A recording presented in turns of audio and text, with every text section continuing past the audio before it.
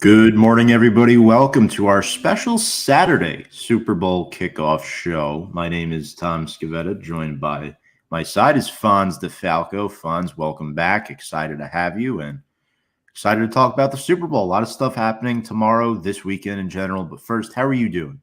Good, Tom. It's been a while since me and you have done a little something here. I'm moving over to the side of it because I got the light from the window coming over if I go right here. So I got to move over a little bit. But as the day goes on, I'll move over. But I'm good to be back, Tom. Good to be talking Super Bowl with you. I got some thoughts on the AFC Championship game, but let's not talk about it as much, Tom. Let's just move on. Let's just move on and move forward. That's all I'm saying. Move on and move forward. Football's almost over. Tell by Fonz's wardrobe attire. Baltimore Ravens fan. Not mad. Not upset about it. You know. I had two blind eyes dressing myself this morning, looking like a Smurf, I guess you would say. But Jaguars jersey, it is Trevor Lawrence. But I like it. I am. Yeah. They're nice. They're nice. They're simple, but they're really good. I went to the stadium, by the way, for Florida, Georgia back in October. Mm-hmm. Puts MetLife to shame. I mean, I don't think it's a great stadium to begin with. But, well, I mean, it's crazy to think about one of the more popular cities, popular teams, and they have one of the worst stadiums. We've been there plenty of times. Tom, you hear the World Cup is going to be there too, the World Cup final, which is I'm okay if it was like the beginning games, which makes sense, popular area. Make it your final. It should have been in SoFi Stadium or something, but yeah, we're gonna get a lot of backlash and for the World Cup final at MetLife Stadium. It's gonna be. You're going to get a lot of good videos of Europeans trying to get out of MetLife Stadium or even just getting in, honestly. It's just going to be funny to me. That whole tailgate experience is a shit show. Yeah. Folks, if you're joining us live, make sure to check us out at Review and Preview Sports on all of our social media platforms. Just realized I had the wrong banners thing up, so we apologize. Folks, we'll get that up for you shortly, but we're here to talk about the Super Bowl today. I'm excited. I know you are too, Fonz. Obviously, wishing for a different team on one of the sides, but yeah, so close. It is what it is. Baltimore should be back there soon. I don't know about my Giants, but we'll see. You never know. You never know. Weren't the Giants wild card teams the 2 times in your lifetime? They won the Super Bowl, right? They were wild card teams. No one expected it. Yeah, one of the times they played in the wild card round, that was 2011. They shockingly won the division at 9-7. Yeah, they beat the Falcons, right, in the wild card. I remember that year before that they went to not the year before, the one before that was Tampa Bay. You went to Tampa. I remember, listen, you never know with the playoffs, right? Maybe for this year you kind of knew with these teams, but. In past Super Bowls, you've known a lot of wild card teams make a run. So you never know, Tom. I'm just saying, you never know. And your team was the only team to ever defeat us in the big game.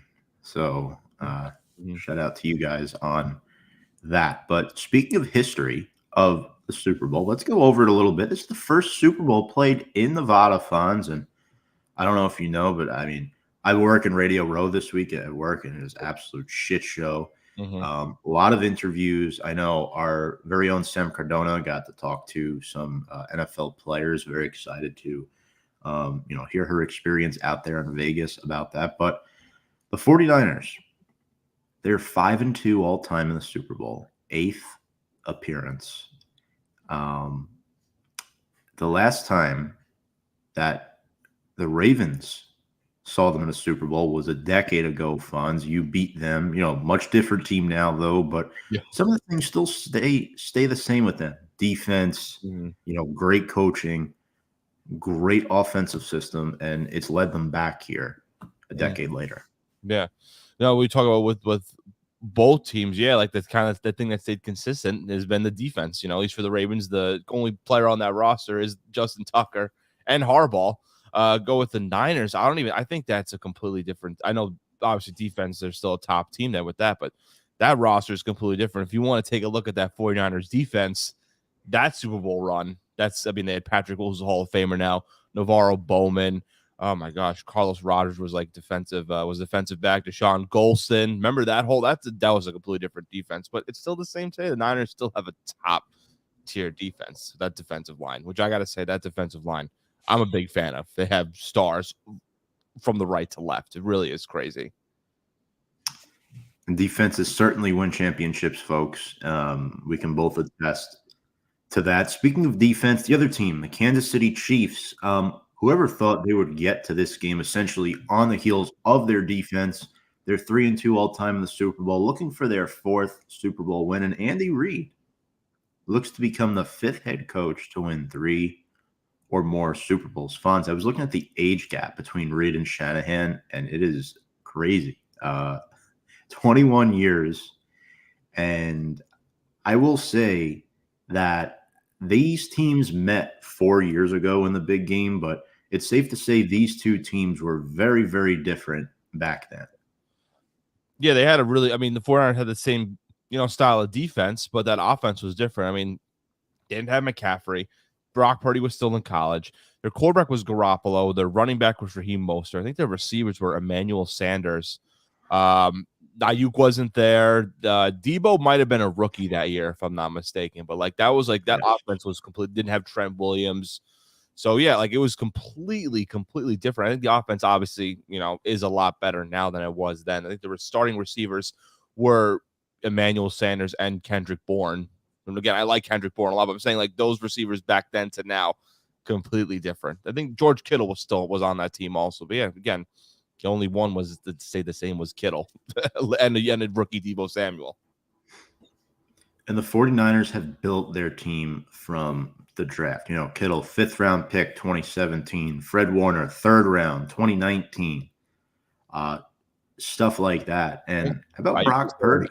Ayuk 7th round. Yeah, that's what I'm saying. Ayuk was the guy was the 1st rounder. Everyone else was post 2nd, 3rd round, which is, again, that's how I like how a lot of teams build their team through the draft, which is, I think, is perfect. Yeah, maybe get a signing here and there, a trade here and there, McCaffrey trade, get 1 or 2 really good trades, Trent Williams.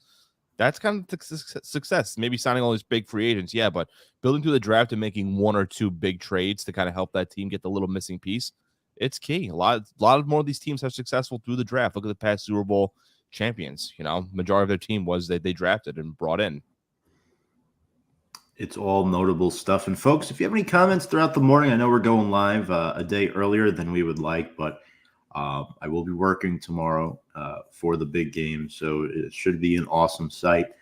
Make sure to leave your comments, questions throughout the day. Kansas City Fonz, let's talk about them. They've had an interesting road here.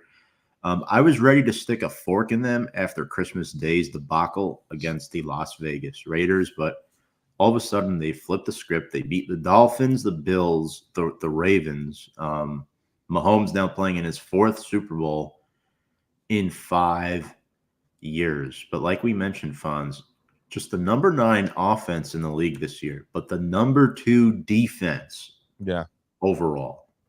You look at Mahomes' past teams that he led to the Super Bowl winning, and even the one that they lost. What was the thing? They had offense was great, firepower offense. With Tyreek Hill, Kelsey at the time, Hill, Kelsey. But what was struggling? The defense was kind of a little bit here or there. They had Chris Jones, a couple of corners here and there, but nothing really to write home about. But now this script is completely different. Now you see how this team is with a competent and stacked defense. And I look again, like with the Niners, look at this Chiefs defensive line, which I'm sure you're going to read down here, and even their secondary. I hate to say it. I'm a big sucker for defense, and I look at it, I'm like, yeah, this is a pretty solid defense. Yeah, Chris Jones. They went out and they signed Drew Tranquill in free agency. They drafted George Karlaftis, Nick Bolton as well, the linebacker from Mizzou. And the corners they've drafted, L'Jarius Sneed and Trent McDuffie. And this defense as a whole has held opponents to under 21 points. Yeah, and look at the teams you mentioned. The Ravens, who are good who can score at any moment. The Dolphins have dropped 70 earlier this year, was one of the higher scoring offense with 2 great wide receivers, and their running back who broke the Dolphins record for most touchdowns in a season held them down to not a lot of points. So again, give the credit to the defense this year. It's been incredible. I'm a huge Trent McDuffie fan. I liked him coming out of college. I'm like, the Chiefs got a really good corner here, and he's been turning all pro this past season too. Well deserved. I'm a big McDuffie fan, if you could tell. Yes, Trent McDuffie, an awesome draft pick. Definitely liked him a lot coming out of college as well. Um, let's talk about the San Francisco 49ers. Off the surface here, Fonz, they had a much more complete season, in my opinion. Mm-hmm. They started off 5-0, then they lost the next 3 games, but after that, they only lost 2 the rest of the way.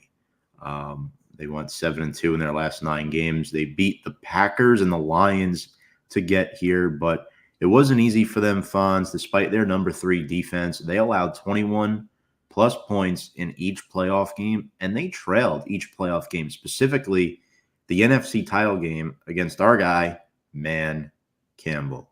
That's just so crazy. Like when I saw that game first, I'm like, are the Lions? Because I was already upset from earlier in the day. No reason why. And then I see this. I'm like, oh, are the Lions? Are they gonna make this run? I'm lying on this. And then I saw the 49ers coming back. I'm like, yeah, maybe you shouldn't count out the Niners with the amount of star power you have on that team. But that was a really, really a fun game. But that kind of makes you think about the Niners, like as great as they are, they let up like 21 points at least. You said the past couple of playoff games they've been in, even during the regular season. They can get hot at any moment, especially on the offensive end. But the defense, when you let up that many points, it's kind of thinking, can the offense play catch up? And it's been the case even earlier in the season where they weren't able to do it successfully. But at least they've been getting it done in the right moment. That's why they're here now in the big game we're talking about them.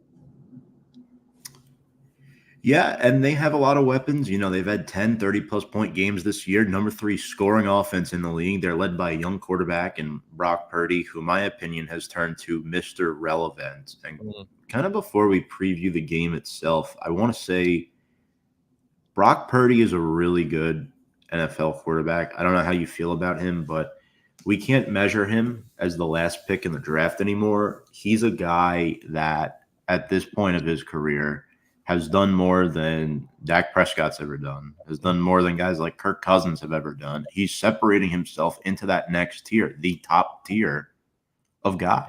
He's accomplished more than Justin Herbert in such a short time, and people say, yeah, he's benefited from the system, sure, but remember, his offense at Iowa State was revolved around Breece Hall because he played with him, which his stats took a hit because of that. And I saw similar things with J.J. McCarthy in Michigan this year. His stats took a hit because they love to run the football. But with Brock Purdy funds, he just seems so cool, calm, and collected. And he throws the ball the least amount of times per game in the NFL. And I believe he has like the top 3 most yards per completion in the NFL. I mean, he's just phenomenal, and I've been very pleased with his play just 2 years in. Yeah, no, look, there was a time where I wasn't sure on Brock Purdy. Then I got to really think about it, Tom. We say that, it's because of the benefit of the Shanahan system. And that's probably true. I think any other quarterback you've seen has had this success. But the difference is, if that was the case, wouldn't have Jimmy Garoppolo won a Super Bowl with the Niners? Wouldn't have Trey Lance worked out for this team? Wouldn't he have worked out and been worth the 3rd overall pick to trading up for? So it's a combination of, yes, working in the system, but part of it is that you have to have the skill. And I think that's why Brock Purdy succeeded. He's had enough skills to where it fits in the system. It fits with what he works. Now, can he go to another team and do the same success? I'm not sure. It kind of depends. I think he'll do a lot better than the other quarterbacks. Again, like I said, Jimmy Garoppolo, if that was the case, Garoppolo would have succeeded in Las Vegas. Trey Lance would have taken over Dak as a starter in Dallas. It's a combination of both. You look at the past quarterbacks Shanahan has had. This is the most successful one because he can do more on the field than, say, the other guys I just mentioned. Yeah, he's done a fine job, and he's been surrounded by a good supporting cast. But let's preview the game here quickly. We'll talk about some of our players to watch in just a moment. Super Bowl 58. Gosh, we're getting close to I don't want to hear that. big number 60. Airs Sunday night. I'm trying to think. I like the Roman numerals are fun, except for that one year when they did 50. Except they couldn't do the Super Bowl L, which kind of would have been funny if they kept the L, but no, it's getting the 60 now. It's Tom, I don't want to think about it. I really don't want to. Did you see Mike's fun fact about why they use the Roman numerals? I got it. What was it? I had it. I saw it. I'm gonna get it officially. I want to read it out here too. I want to pull it up on here too. I think it was I can find it. Yeah, the Super Bowl used Roman numerals to avoid confusions. The game technically played the following year from the regular. Yeah, that's how I feel with like the Pro Bowl too. I know people talk about the Pro. Listen, Tom, I'm getting Pro Bowl talk on here. They say that this is technically the 2024 Pro Bowl, but I'm like, no, it's from the 2023 season. So yeah, it's good that they do Roman numerals as opposed to the year because it would be very confusing because the NFL doesn't do the 23-24 season like how the NBA does. They just say the 2023 season. So I think the Roman numerals are cool. It looks cooler, I would say, right? It's like it's a historic event. So I think the Roman numerals, you keep it like that. Yeah, it's definitely an interesting fact. I did not know about it. But overall, the Super Bowl itself, the last 19 Super Bowls, there's been an interesting fact about jersey color. I know you're a big jersey guy. Oh, yes, yes. 16 of the last 19 have been white jerseys. That have won. Yeah. Yeah, the couple of color ones, I'm thinking. Did the Chiefs win? Last year they wore white. Yes. Their first one, they wore red. If I'm not mistaken. I believe so. Yes. Same uniform. Yeah, I'm trying to think the last 10. Yeah, I can't even think of the color ones that won. Patriots won. The Eagles won in the green jerseys. Yes. The other one. What was the other one? Because the Patriots, they were the white every single year. Seahawks were the white. Now we're going too far back, but the Ravens wore white when they won, so I'm going to go past the Ravens era because I'm thinking because you said in the past 6? Oh my god, 19 years. Oh no, 16 were white. Wow, this is good. This is Tom. Listen, you got me on the spot. I'm thinking though, but I know the Eagles, the Chiefs, no, the Buccaneers. Had to be, yeah, right. The Bucs wore white. No, you know what, Tom? I think that I have a website on my phone, the NFL Jersey Database. And it tells you the jersey combination throughout the year. Which, by the way, Fonts Talk Jersey, that's how I was able to kind of track everything too. So I want to look this up. If you want to go on to the next thing, and then I'll pull it up in a little bit because this is actually a really good fact for you Jersey connoisseurs out here. And let me tell you, people be into it. I actually find it, but if you want to go into something else, and I found the rest of it here too. This is interesting. Okay, you did. I do have it. It's taking a second to load here too. So, 2023 we don't know yet. 2022 Chiefs won. They wore white. 2021 Rams won. They wore white. Nope, I made a mistake. Buccaneers wore white in 2020. 2019, 2019 Chiefs wore red. They won. 2018 Patriots won in white against the Rams. 17 was the Eagles in green. 2016 the same as 28-3. The Patriots won. Broncos won. Patriots won. Those are all whites. 2013, yeah, white Giants won in 2011. I think I found it. 2010, the Green Bay Packers. They wore green against the Steelers. Yes, that's right. And that's right. Before that was the Saints. In 2008 was the Steelers. So yeah, those are the three. If you're saying, I think you said three in the past 19 years, which again makes it feel. And even then too, Giants white, Colts white, Steelers white. 04 what? Wow, that's a lot more than I thought. 2003 was the page they wore their blues. Then you had a couple of colors before. Wow, Tom, this is a good fact. I did not. Wow, I wish I had that fun fact for this week. Mike had it. Yeah. Mike had a good one too, though. Mike's probably was a little bit better. Mike was a little bit better than mine. Also, Fonz has a Jersey channel, folks. If you're watching, Fonz Talks Jerseys, I believe it's called. Correct? Yes. New content up every week. Make sure to go check that out. We're gonna do the best. After watching the Super Bowl, I'm gonna do the best uniform matchups in the Super Bowl. Not talking about the game, because again, in my channel, we don't care about the actual action. It doesn't really matter. No one cares about it. We only care about the uniform matchup. We did the Pro Bowl jerseys, which was fun. But now we're gonna do the Super Bowl matchups after this one. I'm gonna do a double check on my list. I think this one might make it, but I have to watch it again to see. Gotta catch the eye, Tom. No, absolutely. And back to the game itself, anything on the surface that catches your eye before we kind of dive into keys to the game, anything in general? Obviously, we know the storylines, some crazy storylines. Yeah, I want to see, I'm big on the trench game too. I really want to see Chris Jones against the Niners offense. I want to see Carl Loftus against Trent Williams. I'm a big Trent Williams fan. That dude is just absolutely crazy on the field. He's like one of those few offensive linemen that people know because he's just like the way he plays, just absolutely incredible. I want to see how that matchup goes. And another one, like I said, Trent McDuffie. I'm assuming he's going to line up against Brandon Ayuk majority of the game too. I want to see how that matchup goes. And I know McDuffie's really huge in the run game too. I think he'll definitely stop some run because he's a good tackler, So like he's a hard hitting corner, which you really don't see a lot of too. So I want to see how he plays on the field too. So a lot of more in the trench game and some underrated players to kind of keep an eye on. But yeah, those two I would be saying Jones against Williams and McDuffie against Ayuk.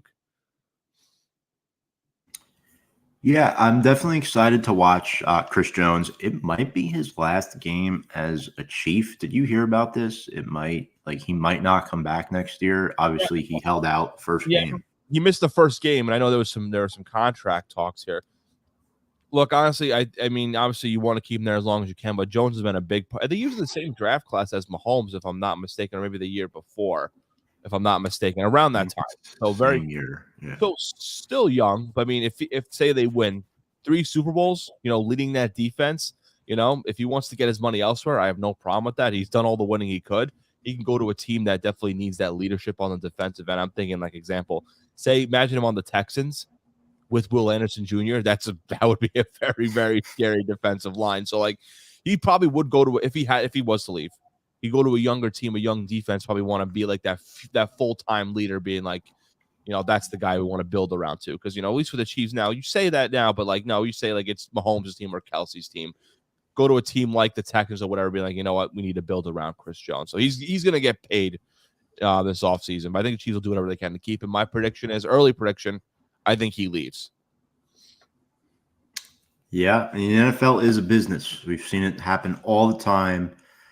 You mentioned Chris Jones. I mean, as we get into keys to the game here, my biggest key to the game is the Chiefs lost to the Bucs in the Super Bowl because they could not protect Patrick Mahomes, right? Both their starting tackles are out, Fisher and Schwartz. The 49ers only had 34 sacks this year, but they have pass rushers, and one of the Chiefs' starting offensive linemen is out.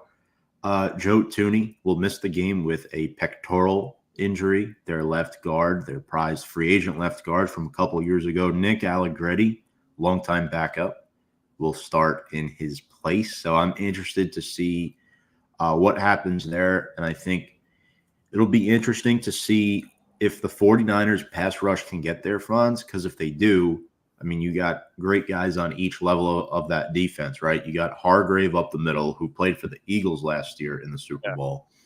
Bosa and Young off of each side. Arik Armstead up the gut as well. And then you got Dre Greenlaw and Fred Warner. Fred Warner had 4 picks this year at the next level. And then former Chief, Charvarius Ward, 5 picks, led the league with 23 pass deflections this season. And the 49ers, Fonz, they're best in the NFL against wide receivers at causing takeaways. 17 interceptions this season. Again, such a really, really good defense. A lot of guys that maybe you wouldn't, the regular fan wouldn't know about, but like us big time hardcore fans, we know about, like Ward, for example, and even the other guys in the lineman like Hargrave and I just forgot Armstead too. Like saying like those guys are like, people know the regular, like Warner and probably Nick Bosa. People know about Chase Young too, but there's other guys on that team too that can show out and ball out here and there. Yeah, and you mentioned Chris Jones as well on the other side. Going up against 2 kind of placeholders, I would say, Jake Brendel and John Feliciano, who was the Giants starting center last season. Once a Giant, always a Giant, Tom, like you say. That's right. I will say, though, Brock Purdy is pretty good against the blitz, I think. In fact, I have the stats up here. The Chiefs blitzed the 5th most times in the NFL with Steve Spagnuolo's defense. Brock Purdy has a 132.3 rating against the blitz this season. And the Chiefs could bring the house. That's why they signed Drew Tranquill in free agency, linebacker with 4.5 sacks and think Brock Purdy's up to the challenge. I mean, I think the world will learn a lot about Brock Purdy on Sunday, regardless of the outcome. No, I definitely agree with you on that. Yeah. Is there anything else you had? I have one more, but I want to see if you were thinking anything else, maybe for the 49ers, what they have to do to win this game. I mean, like with the defense would have to, obviously show up to kind of contain Travis Kelce. That was the one thing the Ravens didn't do in the first half. I think that's the main thing you do. I mean, yes, and keep an eye on the guys like Rashid Rice, but it all starts with Kelce. Once Kelce gets going, the game, I think, the passing game expands for Mahomes. So I think if you stop Kelce early, or at least limit him to 1 or 2 catches in the first half, it'll definitely help them out in the long haul. Don't start him off with 11 catches in the first half. Again, Tom, not upset about it or anything, 2 weeks later, but I'm just, got to throw that out there again. Yeah. Travis Kelce has a lot going on this game. I could really care less about the other shit. Yeah. Oh, yeah, same. Yeah. My key is the NFL Offensive Player of the Year, Christian McCaffrey. Mm-hmm. They cannot abandon the run game. They have to utilize this guy. I mean, unfortunately, Fonz, I think this led to your demise 2 weeks ago. Not demise, but, losing the game. Yeah. Again, it was a tough script, right? Because the Chiefs scored early and often. I knew this. Yeah, I knew it was when I saw that first touchdown. I'm like, this is what's going to happen. I was like, I had a feeling early on. I'm like, yeah, and this is how it's going to start. Yeah. McCaffrey has to be the focal point. He has to be running the football. Against Baltimore, I think the Ravens only ran it, like 10 times, if that? 8 with Lamar Jackson and 8 with Justice Hill and Gus Edwards, okay. which is really the worst play calling I've seen from the Ravens. It felt like Greg Roman was out there, I thought Greg Roman was Todd Monken in disguise. I saw that. Are we really doing this again? So it just was not. It just was not long. And then there were other things.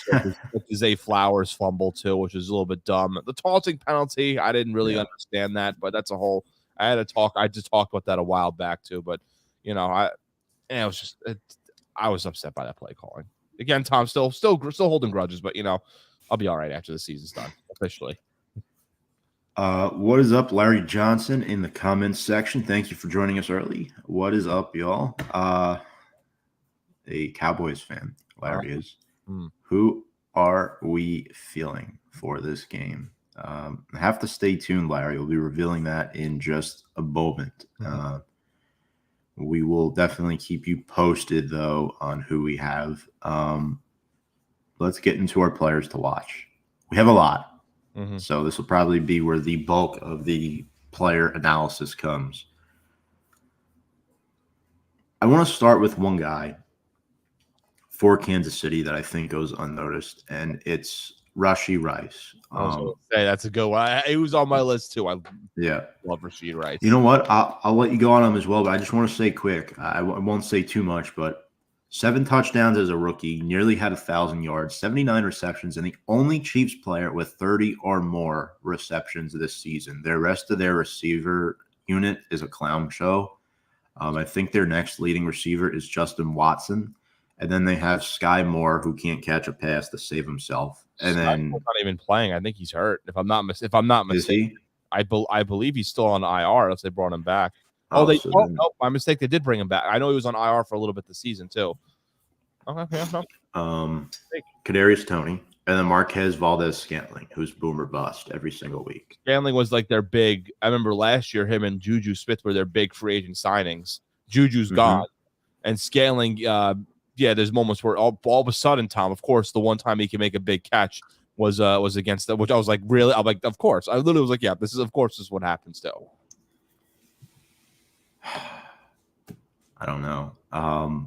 They also have Richie James, Tom, another Giants legend on there. Once a Giant, Tom, always a Giant. All right, once a Giant, always a Giant. Hey, Richie James was our number 2 leading receiver last year behind Darius Slayton. He's a good return man. I'll give him that. He's a good role. He's a good role. I think he's better than Kadarius Toney. Tom, who'd you rather have, Tom, him or Kadarius Toney in your lineup? Richie James, 100%. It's not even close. Also, Get this, Richie James, former 49er. That's right. He was like a 7th-round pick for them too. I think he was on that Super Bowl team. I wasn't playing, but I think he was on that Super Bowl team for them. He was a healthy scratch that game, I think. Yeah. They played 10 more over him. That's what it was. Yep. Inactives back then. But yeah, elaborate on Rashee Rice a little bit for people who may not know too much about him. I think he was Kansas City's best kept secret until very late in the season. And I will say I had him on one of my fantasy teams and he did me well. Yeah, no, from SMU, really good receiver. Nope, not a huge name coming out in the draft. What was the Chiefs' big need was the receiver department too. They drafted him, but he didn't play right away, Tom. He ended the season with 938 yards. I think if he played the whole season, he would have easily broke over 1,000. Yeah, Tom, like later on in the year, you saw when they were struggling with drops and struggling with receivers catching or even just making running routes, they were like, all right, they let Rashid kind of get out there a little bit more and more. And then you saw him like making all these ridiculous catches. I'm like, the Chiefs got a guy. They found a guy that really no one talked about. Again, 2nd-round pick, though, but no one talked about him because the Chiefs didn't use him right away. It was like him and Sky Moore was the year prior 2nd-round pick. They took another 2nd-round pick on a Rashee Rice, and I'm a fan of him. I think he's going to be like a well-known name in the receiver department for years to come. I expect him probably to have a huge game here. He'll probably be there outside of Kelsey, the Chiefs' leading receiver, I would imagine, unless Valdez-Scantling has like 2 60-yard catches out of nowhere, which we'll see from time to time. I like him a lot. Mm-hmm.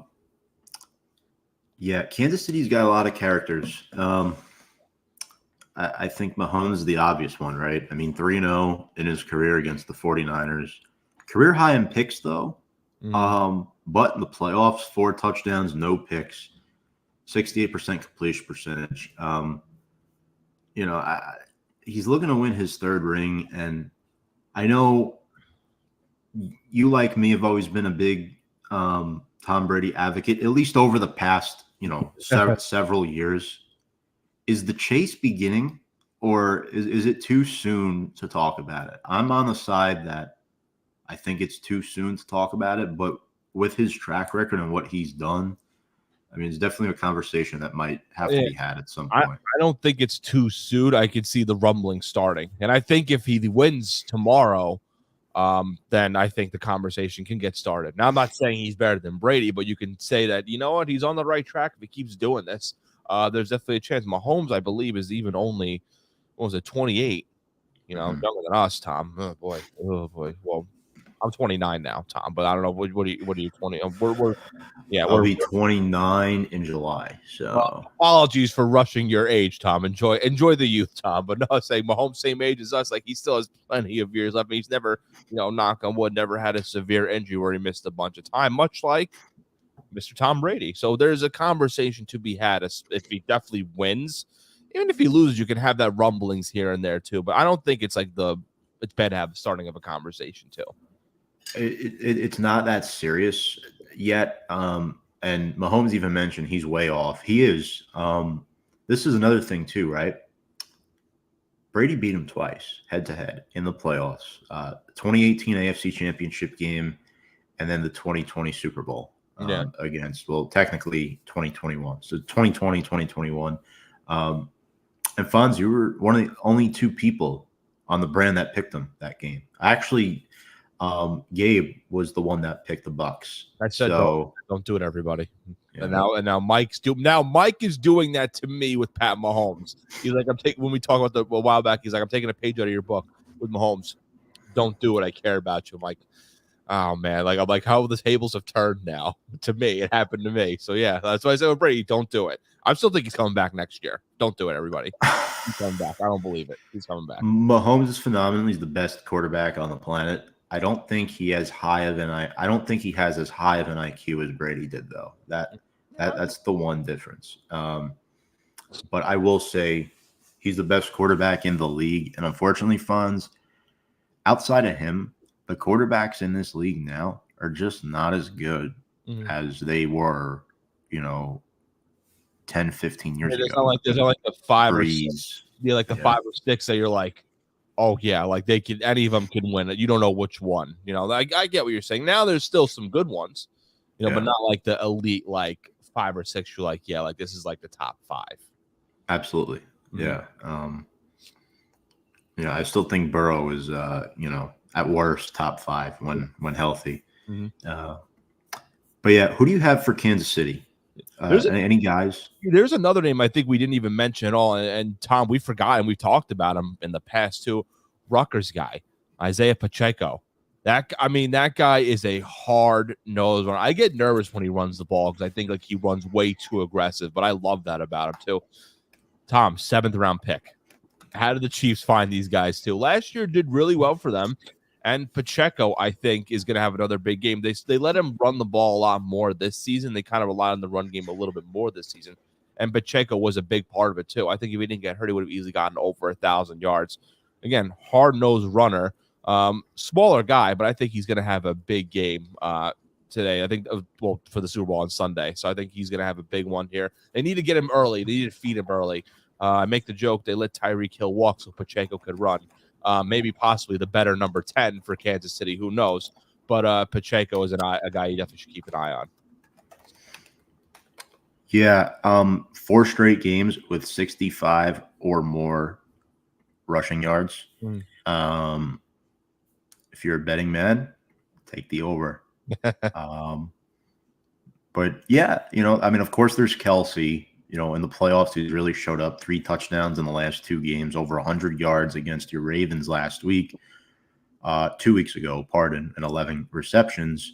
He also has the most receptions in playoff history. Kelsey does. I'm looking for my banner on him. There he is. He's bound to score a touchdown, though. I feel like he does in every Super Bowl he plays in. So it's hard to not pick him to score. Yeah, he'll he's probably will be scoring. It's gonna happen. So definitely. However, there's 2 guys on the Chiefs I don't like, and this is where things get interesting, right? Their 2 starting offensive tackles scare me to death. Donovan Smith was average with the Bucs. At times he was above average. Now, yeah. It's not great. And Jawan Taylor led the NFL in penalties this season. He's matched up against Nick Bosa and Chase Young. It started that first game. Remember that first game against the Lions where Jawan Taylor was like literally being offsides or false starts he tests the waters here and there. I wouldn't shock me if there's a penalty or 2 from him because he even had that against the Ravens too. He had a penalty or 2 or something around that time. So I agree. I didn't even think about it until you mentioned it because like those 2 tackles, while probably better upgrades than they would have had in years past, it's still not a huge upgrade to. And Smith was, like you said, average for the Bucs. He was good for them. A little bit older now, but yeah, those 2 tackles, I agree. Not having Tooney hurts, but that's going to be like an interesting part to see how this really good San Francisco line goes up against the Chiefs' offensive line. And you mentioned George Karlaftis, 2.5 sacks in the playoffs. Called Spags a father figure of the defense. Spags is a very good defensive coordinator. I will give him that too. But former Giant too, right? It was the Giants' defensive coordinator. Was he not? You're right. No. Yep. Also, our former interim head coach. Tom, what am I going to say? Once a Giant, always a Giant. I will always say that to you, no matter what. I'm going to text it to you when Kadarius Toney has a touchdown, Tom, or the longest. Maybe he'll beat his record for the longest punt return in Super Bowl history, and I'll text you, be like, once a Giant, always a Giant. Yeah. Nick Bolton, too, who only played 8 games this season. He's a guy that, was healthy, really good player. Trent McDuffie, first-team All-Pro, 9 QB hits and 3 sacks, 5 forced fumbles. That's what I'm saying. Corner position. Yeah, McDuffie can hit too. He flies all over the field. I think he's going to have a really big game also. Yeah, absolutely. Let's get we have a surprise guest. Last minute, Brian Attard from the Sports Box. Let's throw you into the fray. Good morning, Brian. Welcome. Good morning, guys. How are you? How's it going? I was graciously invited on the show, and I wanted to make sure I at least made an appearance. I wanted to make sure that I supported what R&P is doing, as I like to do as much as I can. Yeah, thank you so much for joining us. Sad to say, Dallas is not in the Super Bowl. Water is wet. Yeah. We're going over players to watch, and what are your overall thoughts on this game? And are there any players from each side of the ball that you think could really make or break it for each So, team? at first blush, it reminds me a lot of Super Bowl 41, which was between the Colts and Bears, and I say that because it feels to me like a quarterback mismatch of epic proportions, the way it was in Super Bowl 41 when it was Peyton Manning against Rex Grossman. Now, that's not meant to be a shot at Brock Purdy. Brock Purdy is not on the level of Patrick Mahomes. It's just not, right? Patrick Mahomes is a gamer. He just finds ways to win. Arguably, this is the worst Chiefs team they've had in their semi-dynastic run, and they're back in this game again, right? So, to me, I think the game is not that difficult to look at, right? At the end of the day, if the Chiefs are up one score late in the game, you're not going to trust Brock Purdy to make the big play the same way Jimmy Garoppolo didn't. And if you remember when these two teams played a couple of years ago, at the end of that game, Kyle Shanahan had no interest in having Jimmy throw the ball. That was not at all what they were trying to do, right? I think it is as shallow as there is. The difference in this game is the quarterback. San Fran's got the better roster, arguably the better players in a lot of different positions, but I think the difference in the game is going to be the quarterback. So as shallow as this is, the person to watch is Patrick Mahomes, because I think if they get ahead, the Niners aren't built to come back against them the way Detroit let them back in 2 weeks ago. So are you not high on Brock Purdy? Brock Purdy is a product of his environment. That is a very, very, very good roster. It was a good roster a couple years ago when Garoppolo was the quarterback, right? It was a good roster, a good enough roster that could have gone to the Super Bowl last year, even with Brock Purdy. But Josh Johnson's just a warm body in a jersey. Brock Purdy's not a difference maker. He's not that elite talent. He's not that guy's going to be the reason. He may not be the reason that you lose, but he won't be the reason that you win, right? Like, he'll do what he does. He needs a surrounding cast, and Shanahan's a phenomenal head coach. And I love a lot of players on their team. People say they're not a likable team. I don't necessarily agree with that. I just look at Kansas City and say, they are who they are. They've done this repeatedly. They know what they're doing, and it comes down to the coach and the quarterback. Mosley, the quarterback. So, again, what I'm asking you is, you're watching the fourth quarter. If it's 27-23 Chiefs with a minute and a half to go, and the Niners have the ball, what confidence do you have that Brock Purdy can lead the game-winning drive? I don't have much at all. At that point, now he's out of his element. He is going to have to be the reason they win. I don't think he's capable of doing that. If they're ahead, the defense can hold them. The Niners defense needs to really be like the preeminent unit in this game. If they can keep Mahomes in check, and the Niners offensive game plan is to run the ball a ton to keep Mahomes on the bench, that's their path to a win. I just don't think it's going to be enough. Interesting. Well, Fonz and I were talking. Thank you. I know he's part of your golden five. He's part of my Fab Five, yes. Which could, listen, in 12 months could be 6. I think Stroud's on the upward swing there. Yeah. No, Stroud's been a phenomenal rookie. Excited to have him in the league. Won the award. We were talking about, Fonz and I, Brock Purdy, the lowest drafted quarterback to win the Super Bowl, but he also had 5 games with 3+ touchdown passes and no picks this year, 13.9 yards per completion, a 113 rating. I mean, the stats are all there. Fonz, who are your players to watch on the 49ers outside of Brock Purdy? Who do you have on each side of the ball? I would say offense. We mentioned him before. I know not McCaffrey and Purdy, whatever. I think Ayuk. I think he's been playing really well this whole entire season. He coming in last year, he was their number 2, and you said probably say Tebow was your number 1. I think after this whole season, I would put Ayuk as your number 1 and Debo as number 2. I would say Ayuk has been playing absolutely out of his mind. He had a ridiculous catch against the Lions.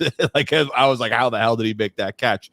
That's a guy who I think he's going to have also a really good game. And on the defense, I'm going to have to go. I mean, we say the defensive line, but we talked about it a little bit, Tom, but Fred Warner being the middleman in that defense too. You said, Tom, how many picks? You have like 4 picks this season, which you don't really see that common with linebackers too. He's like a field general for that Niners defense, the leader for them. He's been playing really well, and I think he's also going to have a big game too. So I'm going to go with Ayuk on the offense and Warner on the defense.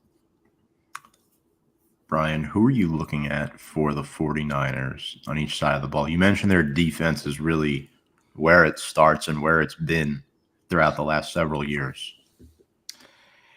I think offensively, I mean, look, it's easy to say McCaffrey. It's easy to say the receivers, but I'm in agreement with Fonz here. Like, I think that Ayuk has to have a game, right? Like, he of the two main receivers they have, he is the traditional receiver, right? Debo's more of a weapon that can do a lot of different things for you, and that's a great trait to have. From a purely wide receiver standpoint, I agree that Ayuk is their number one, both in talent and I think where they see him in target. I think from that standpoint, like, he's the guy that has to, like, I don't think they're going to air it out to Debo if they need to. Like, I don't see that being part of their offense, right? Again, I just think that that's going to be the difference. But also, I'm very curious to see who they play against Travis Kelce, right? Because the one thing that, Tom, I'm a big quarterbacks make receivers guy, and, this is the worst receiver set Patrick Mahomes has had too. And it hasn't mattered, right? I mean, they've gone to the Super Bowl twice after losing Tyreek Hill. So, Kelce hasn't necessarily been the guy all year. Like, they found ways, but he was big 2 weeks ago. I don't know how the Niners are going to handle him defensively, but that's where I think their linebackers, and it might be Fred Warner, but their linebackers, however they're going to try to get in the way of Mr. Swift, because that's going to be the difference in the game for them. Like, they'll have their shots to the outside, and maybe somebody might catch them. It's going to have to be Rashee Rice because nobody else really catches the ball on the outside. But I think that they absolutely need to contain Travis Kelce from that standpoint. So really, their linebackers generally, will they bring a safety up into the box and try to, again, it's not as if those receivers on the outside, with the exception of Rashee Rice, really concern you, right? Do you need to double team any of them? Probably not. So you get that luxury of being able to, bring a safety in, play 3 deep, and then bring that safety in to help you against that intermediate stuff, which is where Kelce is so important.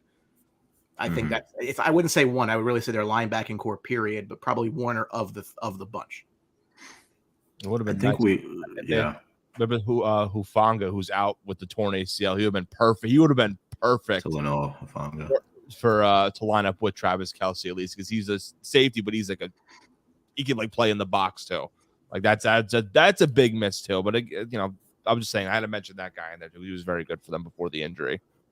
And to Brian's point, Dre Greenlaw has given up 4 touchdown passes in the red zone this season in man coverage. So that's the one stat that everyone should keep an eye on in this game. If you want to bet Kelce touchdown, do it. It's probably going to happen. But I'm also a fan of the other tight end. Unfortunately, his career has been injury plagued, but another reason why I think the 49ers are here, guys, he finally had a healthy season. Yeah. George Kittle, he played 16 games, over 1,000 receiving yards, the best in the NFL at this position. First team All-Pro, 65 receptions. He can catch, he can block. I mean, he can do it all. I mean, Iowa is a tight end factory. Look at the best tight ends in the NFL, guys. George Kittle, TJ Hawkinson, Sam Laporta, all Iowa guys, right? It's a shame that, Kirk Ferentz has not been able to mold those players into stars at Iowa. They've had to develop in the NFL. Weird Iowa. Such a weird offense. Who has been the head coach since 1998, need I remind you. I thought that was fake. I was like, he's been there that long, and I looked up. It's true. Like, wow. I'm like, I literally was like, wow. Like, they finally let go of Brian Ferentz, the offensive coordinator. So I guess Kirk had enough of his son. I imagine firing your son. I mean, have you seen Iowa's offense? I would have probably followed it. I would have fired him like yesterday or literally 2 years ago. Yeah. Like, that offense is just horrible. We talked about Trent Williams. Another outstanding story, by the way, with him. Do you think it's a coincidence that 2 of the top tight ends in the game are playing in this game today? Or tomorrow, I should say. I don't think so. I think that it's a position that over the next couple of years is going to take more and more precedence. It just feels to me like every team's got capable wide receivers, right? Like, I mean, like, not many teams have the elite guy, which really in this game, like, nobody's got the elite guy, right? I don't think anybody on the outside strikes you as, oh, that's, That's the Calvin Johnson. That's the T.O. That's the alpha wide receiver, right? But they have really, really good tight ends that can be the difference. I think that the game is kind of gravitating a little bit towards that. Not that it didn't when the Pats had their Twin Towers, right? But that intermediate middle type stuff, I think that you're going to see more and more teams, I think, start to. And even with Bowers in this draft, like I think you're going to see teams prioritize that. I thought Jefferson was going to be that guy, and then I saw him get hurt, and I saw the Vikings do well even without him. That's because I was like, Jefferson still, I think, was one of the only elite ones. They started winning without him. I'm like, all right, maybe we don't need it. And then you're saying with the tight end example, Sam Laporta with the Lions. I think literally, like, he definitely changed that offense so much. And you mentioned, I'm like, you know what? I kind of seeing that now with Laporte and everything. Like, every team's going to need to have like that elite tight end. Maybe not blocking, but like a big-bodied receiver now. Maybe one extra one that can block.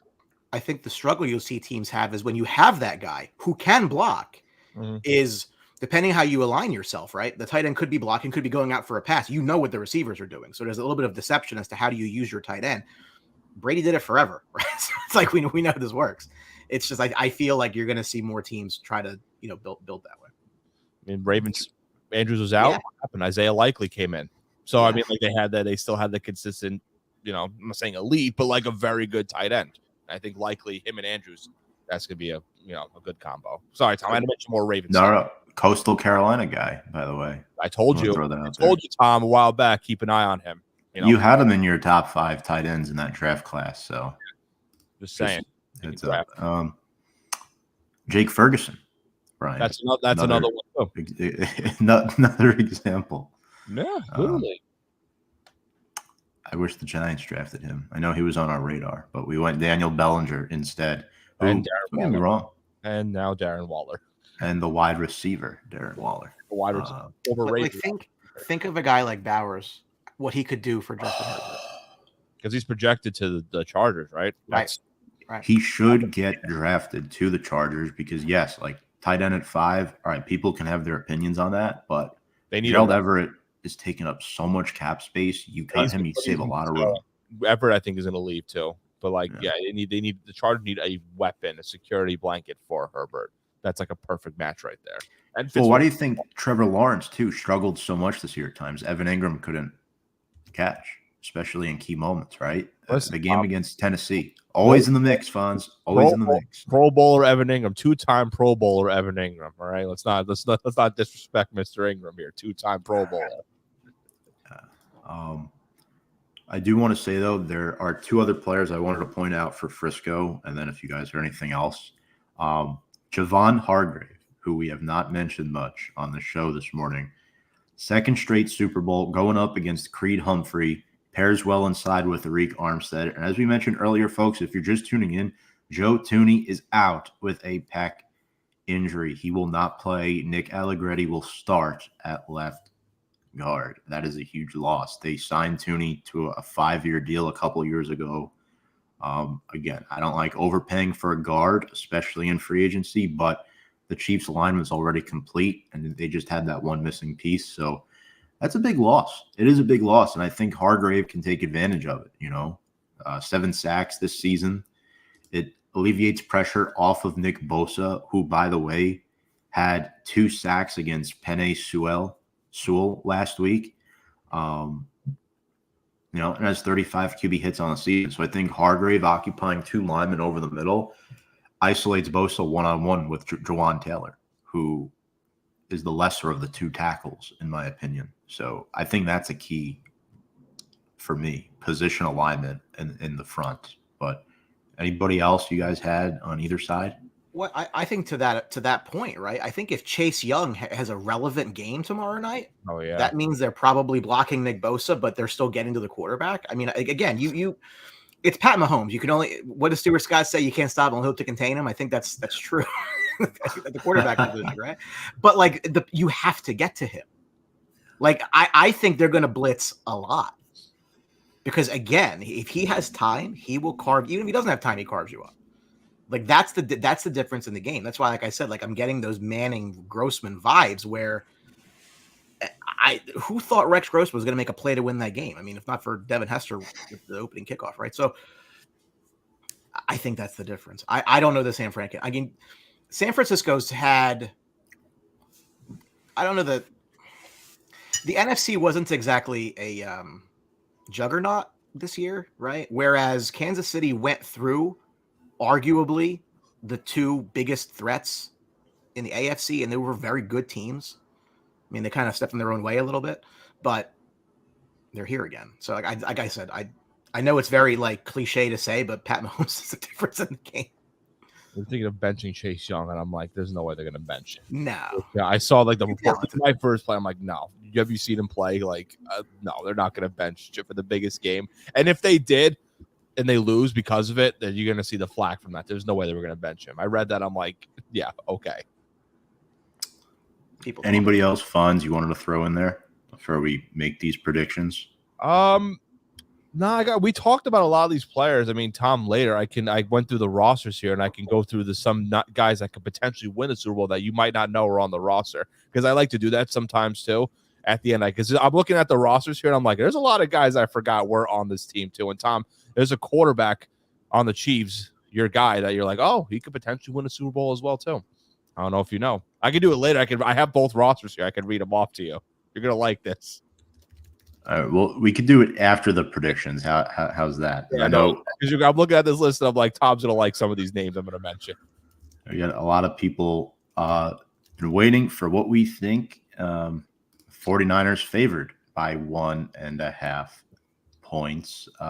Brian, I'll start with you here on this one. Who's winning the big game? I think Kansas City wins the Super Bowl. Guess what? If I had said that every year, I'd be right more times than I'm not. Right? So if I just make that blanket statement every year at the start, I'm going to be okay. Again, I feel as though that's going to be the difference in the game. I see like a 27-20 type thing. I see the Niners at the end of the game with the last, 4-minute drive or 3-minute drive at the end, just not being able to come back. Very similar to what happened a couple of years ago when these two teams played. That I think is the difference. I think San Francisco absolutely, like if I'm San Francisco and I win the toss, I want the ball. Like I think I have to get ahead of this team. I cannot chase this team from behind. I can't do what I did in the NFC Championship game against this team, the way I did with Detroit, because the Chiefs are they're seasoned. They're not going to let them back in the game, right? Coaching every facet of the game. So I like a 27-20 Chiefs win. I think it's extremely plausible that if that's the case, that Travis Kelce gets a ring, retires, and gives somebody else a ring on the field tomorrow night. Prop bet, take it. No, there's a good possibility, and there's a strong possibility. I made jokes that's probably going to happen. I can totally, bastard. Should have been the race. He's going to retire from football, marry a billionaire. He's all right. That's good. This did not even cross my mind too until you just said that. You didn't think about this? I thought about that the second they won. I'm like, it's going to happen. If they win tomorrow night, there's a real possibility he could propose. Hang it up. It was between that or she announced a new album. And guess what? She announced a new album already. So I'm like, well, this is going to happen now. And listen, to be fair, like I'm not a conspiracy theorist by any means, but I will say this. Fonz, you're a Ravens fan, correct? Yes. Okay. I thought I knew that. Yes. Sure. Thank you. When I saw that game last week and I'm like, oh, they're putting in the referee that's the worst home team referee in the NFL. I wonder why they're doing that. You don't think I had a rant about Sean Smith? Oh, I mean, like it's like they just don't even care how obvious it is. Like they wanted her in the game. I did that video, and the amount of comments I got saying that the Ravens had penalties too, like called me a loser and everything. I've got called everything for it, and I was like, this is a conspiracy. I knew it from the get-go from Sean Smith, and I have beef with Sean Smith. He doesn't know it yet, but I'm starting my beef for Sean Smith. He doesn't know it, but Sean Smith. Listen, full disclosure, I took a parlay. Chiefs -2.5, Niners -2.5, and happened to hit. So that was just where I was last. I can't bet on my own. I can't bet on the Ravens. I mentally can't do it. I bet the Rangers last night -12.5. We did win in overtime. We did. I mean, but that's what I'm saying. You don't bet on your own team. I just can't go, well, you won, but you also lost money. So yeah, that's true. Fonz,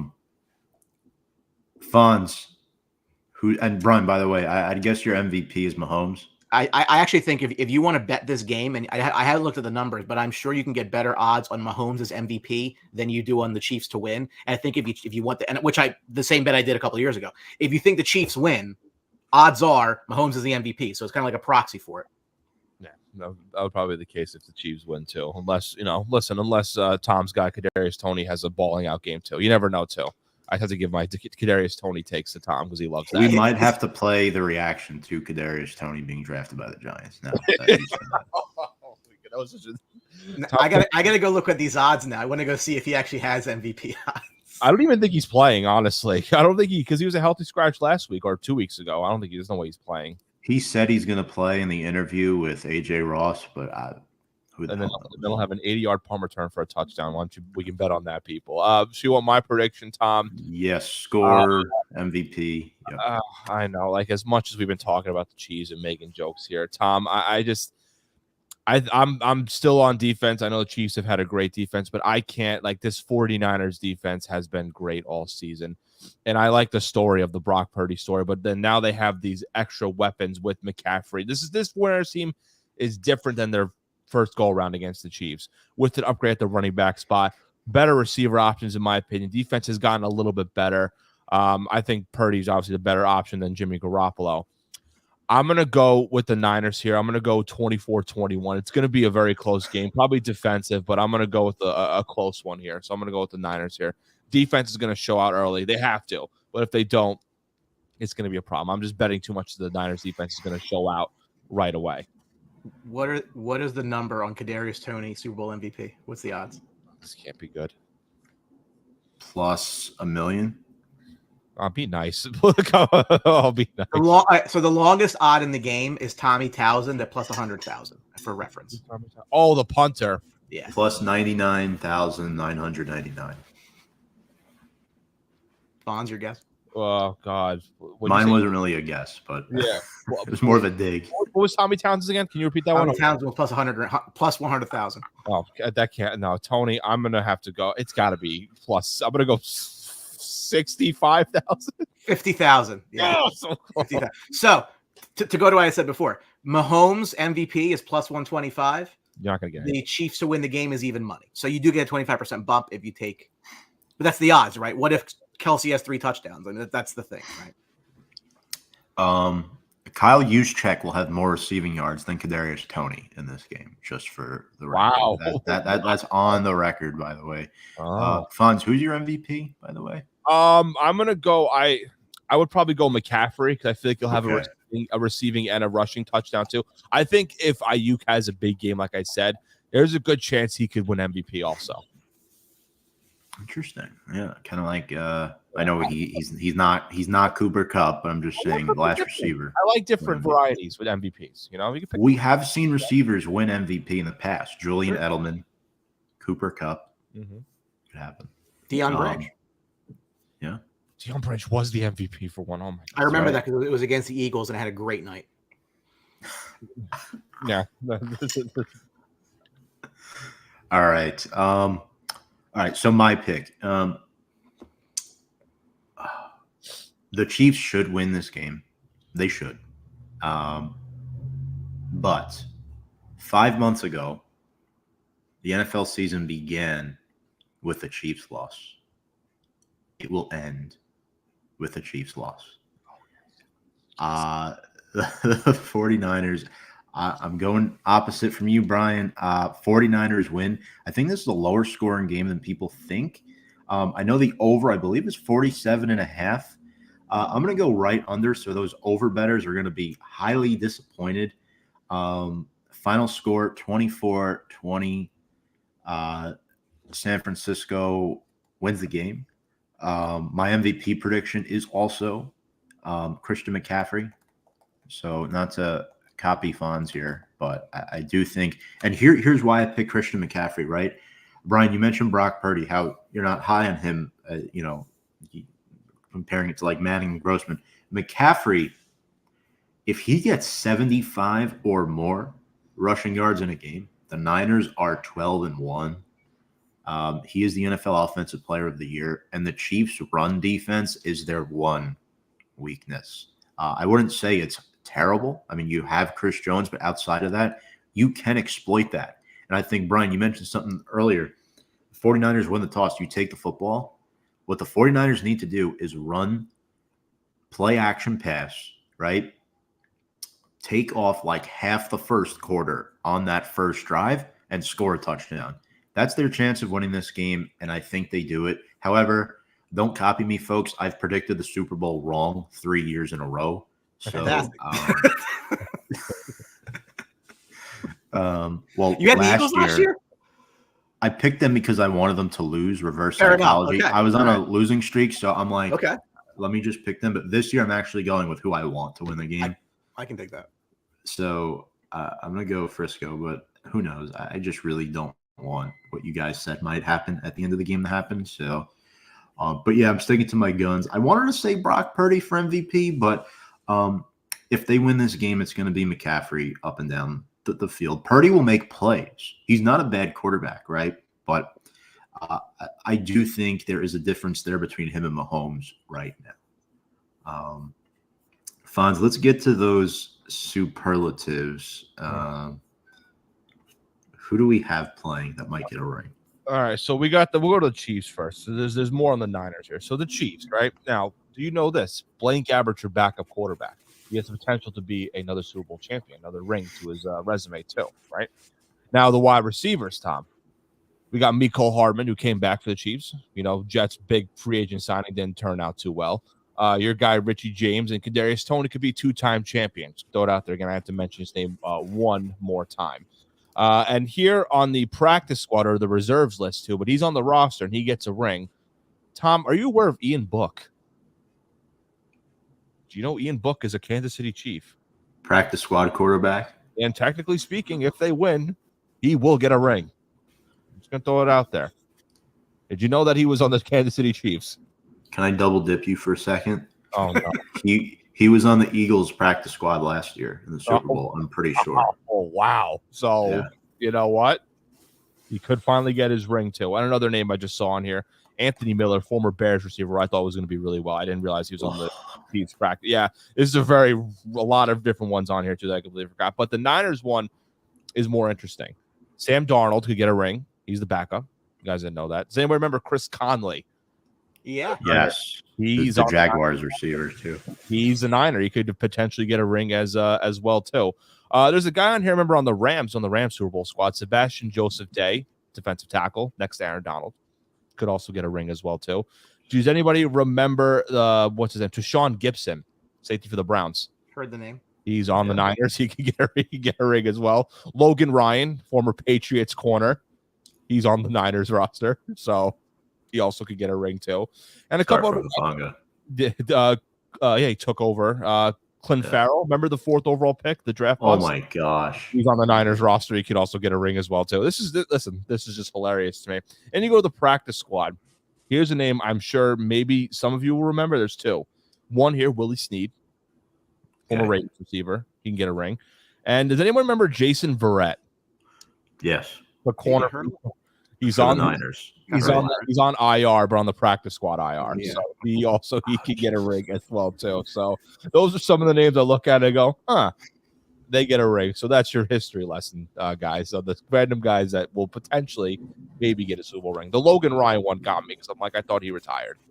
Real quick, I went to go see what Kadarius Toney's over under for receiving yards was. He's actually not listed as having an over under, so you can't even bet it. Interesting here. Just two things. One, Ayuk's over under is 59.5. I think if he's under, there's no way they win. He's got to have over. He's not. I have to, right? I mean, there's no way the Niners win if he doesn't have 60 yards. Yeah. 59 yards? 59.5. Ayuk's 59.5, and I just saw where was Debo's 58.5. Is that over combined? Total receiving, just receiving yards. Yeah, Brian, I'm sure you get this. I can't go against. I picked them right before our week 1 show to beat the Bengals. Yeah, I was wrong about the one. I just can't go against it now. You know, I've made it this far with them. I have money on them. Here's what I go on for you. I've had money on them for a while though. Justin Watson's over under is 16.5. It's one catch. That seems like I should go over. He's good to have one catch around that. You'll have one. You go, where the hell is you know what happened, right? I'll bet that he'll have one catch for 16 yards and you'll never see his face again. Right. No, literally. Or maybe just what are Sam Darnold's odds? As to do what? Get in the game? I don't know. Would you listen? To win MVP. Oh God! Just saying, because if Purdy gets hurt, someone sent me a thing saying had like the Lamar Jackson draft class. So has feel that Sam Darnold's the first QB in that draft class to go to the Super Bowl. I'm like, really? Like we're gonna do this? Like this is gonna be. I don't even see his name listed actually. I think what's funny? What's the number 3 overall draft pick is on the bench. And oh wait, time out. He's plus 20,000. Which is a hair above MVS. Do you guys know the last time a backup QB played in a Super Bowl? Like in garbage time, like came in like in the game, playing garbage time. Has to be a Raven if you're saying it. No. Tavares Jackson in that 48-8 Super Bowl. 43-8. Yeah. Tavares Jackson came in the final drive. And commenters were like, wow, we never seen this. A backup quarter. He came in, gave the ball to Robert Turbin for like 3 plays, and the game ended. I remember. I'm like, Seahawks, right? Yeah, but backup QBs. I'm like, I love this. I want backup QBs to play. That is kind of nuts. So fun fact, Tom. I should have got the fun fact this week. All right, I had a couple of good ones here. You know what? If Sam Darnold plays, that'll be my fun fact. I'll do that. Speaking of the Seahawks, I'm happy Dan Quinn is in the NFC East now. Sure. And I will say this, Fonz, I'm not sure who you hate in football, but tomorrow night's going to be a much calmer night for myself and Tom because the Eagles aren't playing. Yeah. I hate the Steelers. Okay. So I hate the Steelers. Like Browns and Bengals. I mean, I'm starting divisional. Yeah. Brian, I'm not. Browns always had a soft spot for. I don't know why. I just always had a soft spot for them. I'm not trying to tickle anyone's peach here, but when the Eagles won the Super Bowl back in 2018, Fonz, I don't know if you remember this, but there was a big stink about New York having Eagles coffee at Dunkin' the next day. I know Brian's a big coffee guy. He cannot stand Dunkin'. He's a big Starbucks guy. I remember that. There were Eagles logos. I have a picture to show proof. I don't have it on screen, but I have it on my phone. I remember people getting angry. The Empire State Building was green for the Eagles. Oh my God, that would just. Was that it, or was that for something else? I remember it being green for. That was last year. That was last year. Okay. But they do that for everything, like almost everything. Like, and then I don't know. I love that Eagles one because the trick play. You know me, I'm a big trick play guy too. I was like, that trick play, they have to win because Nick Foles. That was a great play. That was a great trick play. We might have watched that together actually at Albert's house. I don't remember. Actually, no, never mind. That was a different. No, it was a different Super Bowl. Yeah, different Super Bowl. But I want 1 or 2 trick plays in this game, or I will be very upset. You want McCaffrey to throw one, don't you? I want a McCaffrey trick, or I'm not counting Debo running the ball. It's not a trick play, a jet sweep. No, I want a trick play where a non-quarterback throws the ball one time. Also, I know this is not a betting show. Christian McCaffrey first time touchdown plus 325. You throw 100 on that, you win 325. I think. So, a good chance you probably will get the there is a good chance. Here you go. Yeah, no. Here's your bet. Total players to have a pass attempt. Right? Yeah, I'm listening. Over 2.5 is plus 164. So if anybody else throws the ball in the game, I might do this. You like this? That's you, right? I like this. I'll count punters. Yeah. Anybody just throw the ball that's not Mahomes or that's not Purdy. Anybody. Or that one year when the Chiefs, Dontari Poe threw the pass in the end zone. That was great too. I love that. Is there actually an odd for a Kelsey proposal? I don't think the major. Okay. I think the offshore books would have that. Yeah, I don't think the major books between friends or something. Not to go back to that, but it popped in my head. What's gonna happen? You got me thinking with all these. Kelsey proposal bet. Let me see if I can find it real quick. I do have to get off soon, but let me see. Crazy proposal bet. Here we go. Yeah, I got Variety, 10 wacky proposals on Variety. Let me see if I can see what it is. There's always at least one proposal. Will Travis Kelce propose to Taylor Swift on the field after the game? Yes is plus 1,060. No is minus 3,000, says FanDuel Canada. In fact, it is more likely that they announce Taylor Swift is pregnant. Yes, plus 850. Than it is that Kelce proposes, says this. Taylor Swift lipstick color, red, minus 1,800. No shit. Here's one. Which will have more diamond carats, the Taylor Swift engagement ring or the Chiefs Super Bowl ring? Swift's engagement ring, minus 10,000. She's in Japan today. Yeah, she'll show up. That's okay. She got that on money. the other side of the world. They're ahead, I believe. They're ahead. Yeah. It better. Ooh. Well, Fonz, you've been to Japan. Here's one. So you know, right? That flight is brutal. Well, for her private plane, she'll be fine, but you know. The over-under for how many times they'll see her face on camera during the Super Bowl. Oh, it's probably a lot. 20. I might know stuff because I CBS. The over-under is 5.5. We've been working on Swift clips all week. I'm shocked to hear you say that. Yeah. So bad. I got an assignment Monday, and I won't say too much, but I got an assignment Monday on, Travis Kelce, Taylor Swift, clips from throughout the season. And of course, everybody was blowing up the email chains. And I'm just sitting there. I'm like, you got to be fucking kidding me. Nah, the whole day. I got overtime for it. They're printing money on this one. Yeah, more than normal. That's why I'm starting to think like the script is in for the Chiefs. Oh, that's what I said 2 weeks ago. I said I think Casey wins the game, and there's why. I just can't go against my early season bet. Fair. I would like to get my early season bet right for once. Yeah. I'm used to being wrong, so that's why I'm picking the Niners. It's okay. Listen, I'm used to being wrong. That's right. Ravens next year, guys. Book it. All right. I have to say it. Yeah. By the way, drove by M&T Bank Stadium on 95. Beautiful stadium from the outside. Yeah, they're redoing it too. They're adding more. Yeah. They're adding more stuff for the fans, more fan enjoyment, excitement, like bars and everything too, and like an outdoor facility for the fans and everything too. They're adding more to it. It's a beautiful stadium. I definitely got to go back to it. We'll be driving by there again Tuesday morning, so definitely very excited. Tell Lamar I said hi, and I appreciate it. I will. But Fonz, Brian, thank you both so much for joining us. Thank you for having me. Appreciate it always. Absolutely. Brian, quickly plug yourself, and then Fonz, you may do the same. Yeah. At Sportsbox Sports, we just broke 25,000 followers this month. I didn't really exactly prominently post that because it's been a while. We've been working towards it, but we do a lot of, same as R&P. We're cut from the same cloth. That's why we support a lot of what they do because, they're very good at it. And we like to make sure that people that are good at what they do get some press. So if you're a Rangers fan, I do the Blue Truth Show, which just broke 7,200 followers. I think I've lost count. But that's been going well as well. Purely Ranger talk all the time. But yeah, those are my homes on the interwebs. Awesome. Thank you, Brian. Fonz, where can people find you in your several different platforms? Well, I got the Slick Back Kickback Report podcast. I didn't do an episode this week. I was doing some other things. So we got an episode back next week where we get your podcast. I have a YouTube channel talking strictly jerseys. Like I told Tom, we don't care about the actual game matchups. We just care about the uniforms, like the Super Bowl matchups. I don't care about those games. It's about the uniforms. So stay tuned for that video. And I also will review and preview. I do Four Corners of Professional Wrestling. So with Albert Donor and Mike DeSanto on Mondays. And we got a lot to talk about coming after the Super Bowl because there's a lot going on. I'm just going to say this. Trust Triple H. That man is cooking. That's all. Check out all that stuff. I got some theories you'll enjoy. Oh, I got to hear these. We'll talk. You may have to get Brian on the show. Yes. Yeah. No. We just picked up ringside seat again, which was dead for a while. We just because it's WrestleMania season and there's. Yeah.